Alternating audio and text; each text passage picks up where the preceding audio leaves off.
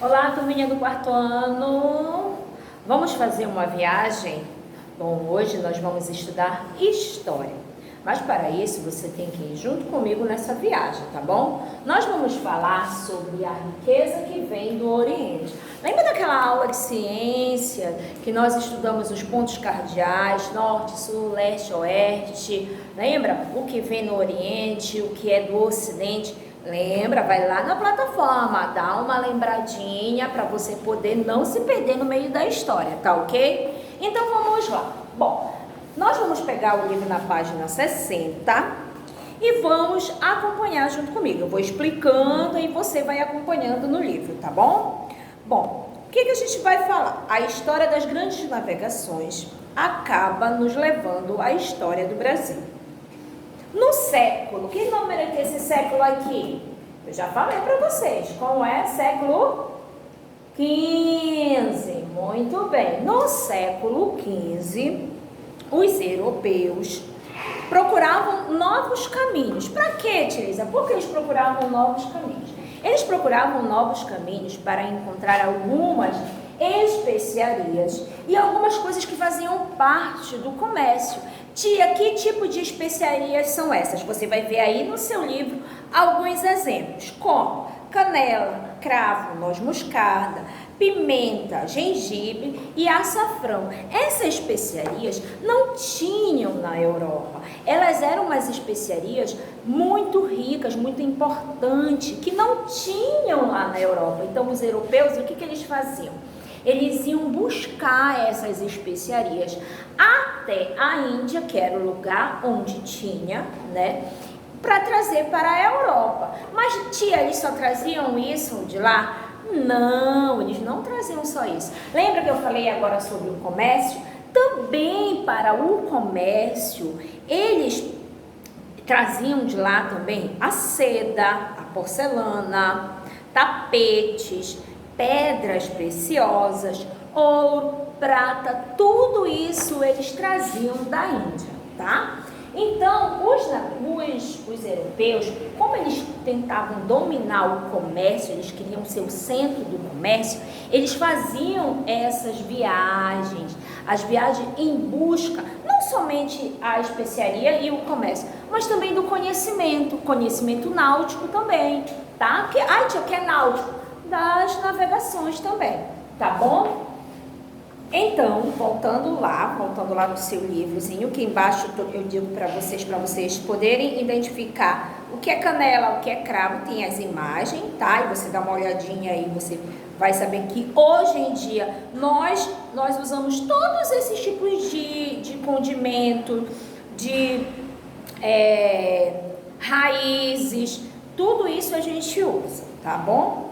Bom, então assim, deixa eu explicar um pouquinho por que isso era muito importante. Como é raro, quando a gente tem, por exemplo, assim, uma coisa que é muito difícil de se conseguir no comércio, ele se torna precioso, igual o ouro. Vamos dizer assim, vou dar um exemplo do ouro. O ouro não é em todo lugar que você vê. O ouro não é eu vou bem ali na feira, eu consigo achar. Não. Demora, você precisa ir no lugar específico para poder comprar o ouro, para você ter um anel de ouro, um brinco de ouro. Isso acontecia aqui com as especiarias, com o cravo, com a pimenta, com o açafrão. Isso acontecia nessa época. Como era muito caro, como era assim, pouquíssimas pessoas que vendiam, esses produtos se tornavam caros. Então, só quem tinha eram pessoas do quê? Ricas, pessoas da nobreza. Tia, quer dizer que o pobre não tinha? Tinha, mas era um punhado muito pequeno. E eles faziam muitos esforços para poder conseguir, tá bom? Então, era por isso que eles faziam essa expedição. Eles iam em busca desses produtos, tá bom? E também, olha só, naquela época existia geladeira? Não. Como é que os alimentos eram preservados? Através dessas especiarias. Essas especiarias, elas conseguiam fazer com que os alimentos durassem um pouquinho mais. Tia, ali durava 5, 7 meses? Não, não durava tudo isso. mas ela ajudava no processo de preservação para a comida não estragar muito rápido, porque como eles não tinham geladeira, os produtos, você não poderia deixar uma carne fora que ela ia se estragar. Todo o alimento você tinha que consumir naquele momento. Então, essas especiarias, algumas especiarias, serviam como uma preservação daquele alimento, tá bom? Só que assim, lembra como eu falei para vocês que a gente vai estudar também o mapa do mundo, né? Que eu falei para vocês que o mundo, antigamente, eles achavam que era o quê? Quadrado, que não era redondo. Então, a gente vai ver isso agora. Porque eles achavam também que a Terra, ela era quadrada, ela não era redonda, tá bom? Tá. Aí, deixa eu ler aqui para vocês um pedacinho. Esses materiais encontrados nas Índias eram muitos apreciados pelos países europeus e percorrido o mar Mediterrâneo até as cidades italianas, que faziam a sua distribuição. Como eu falei, eles passavam pelo mar Mediterrâneo, eles vinham lá da Europa aqui em cima, vinham navegando, aí eles iam até o oceano, passavam pela África e iam chegar nas Índias, aonde tinha o que? Esses produtos, tá? Eu vou botar um link junto com essa aula para vocês verem as navegações, como é que eles iam no mapa, tá bom? Para vocês poderem entender um pouquinho melhor. A Europa, naquele momento, estava passando por uma séria transformação política e econômica. Que essa transformação, em 1453, na cidade de Constantinopla, essa transformação, o que era?